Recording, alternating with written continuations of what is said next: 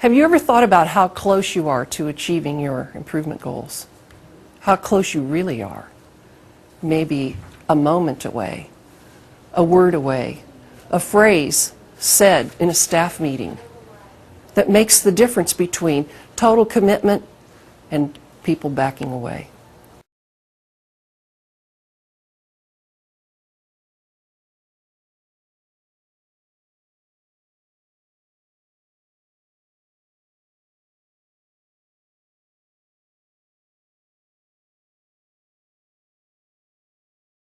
What team wants an individual on their team that they cannot trust?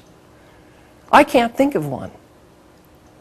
This is such a big issue, and yet in companies, it's something that we dance around, that we work around, that we hope somehow individuals that we can't trust will come around.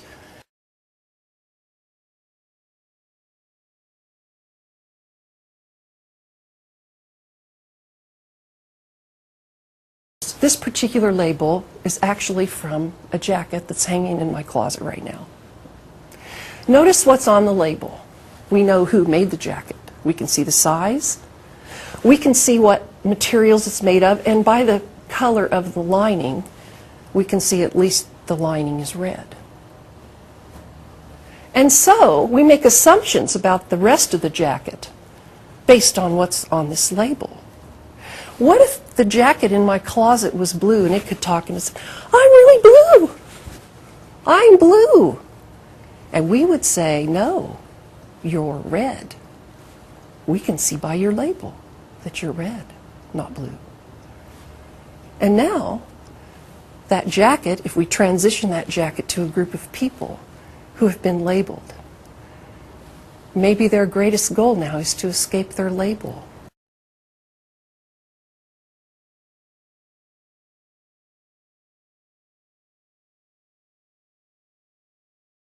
A big reason why we never get what we want are mixed messages.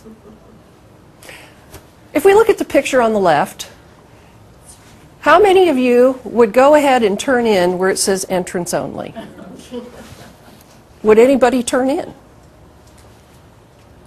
How many would not turn in because it says do not enter?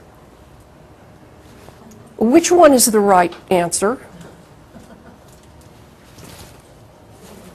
We don't know for sure. We just know that we've been told two different things, and apparently either one, since it's been posted on a sign, is acceptable. On the right, we have a sign that says keep right and one that says turn left. How many people would go right? How many would turn left? Is anybody wrong? Do we know what the right answer is? But how many times in a company do we receive these kinds of messages? And the instant they're received, we either have conflict or confusion that results from that message, with no apparent right answer.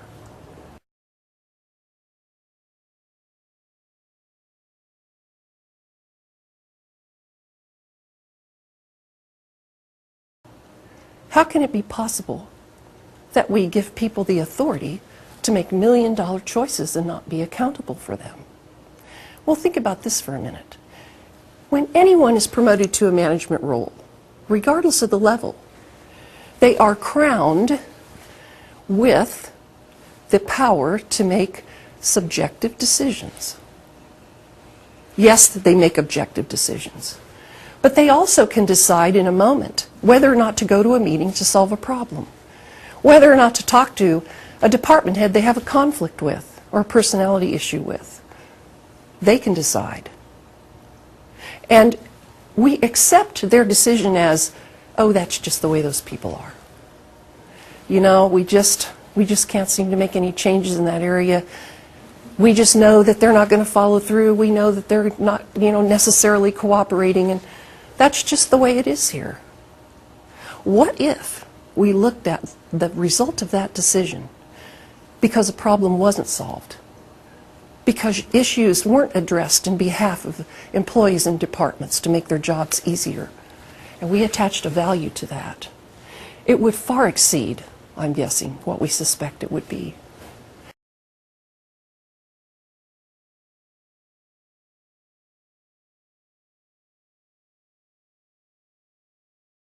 This last story is about a personal friend of mine who wears a uniform to work every day.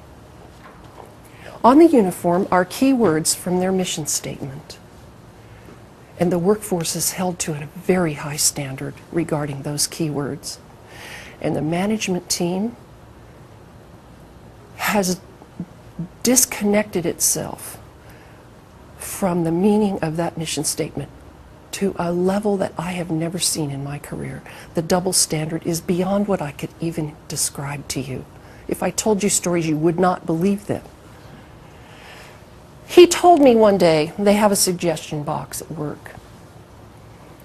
And he took a piece of paper and he wrote on it, "On our shirts, but not in your hearts." And he put it in the suggestion box. And he signed his name.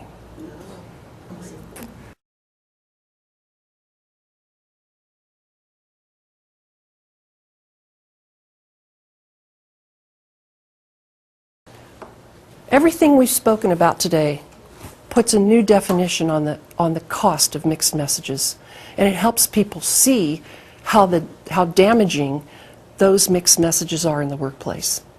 And if they see how damaging those are, and they are an individual who delivers mixed messages, even unintentionally, it will help them step back and self-evaluate their own words and actions and make better choices. But until they see it for themselves, it's difficult for them to make that change.